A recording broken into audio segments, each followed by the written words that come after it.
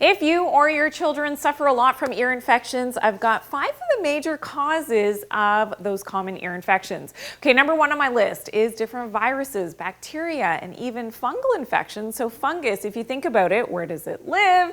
Usually in a dark, moist place. Think about the ear canals.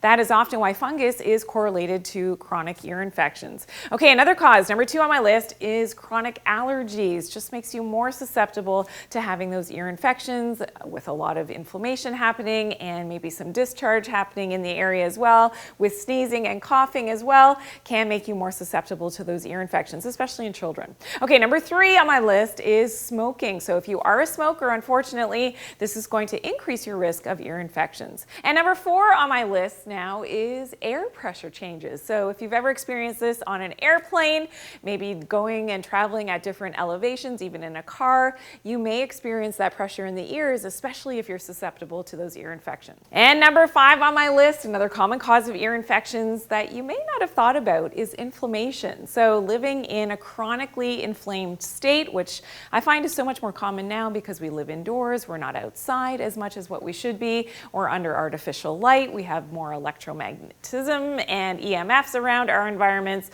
that we live in this chronically inflamed place, and that could be correlated to that chronic inflammation in the ear canals as well. Okay, now I do have more tips about that candida and parasites and fungus and how to get rid of that. So I want you to check that out in another video, 9 tips to get rid of parasites and candida. I'll see you there.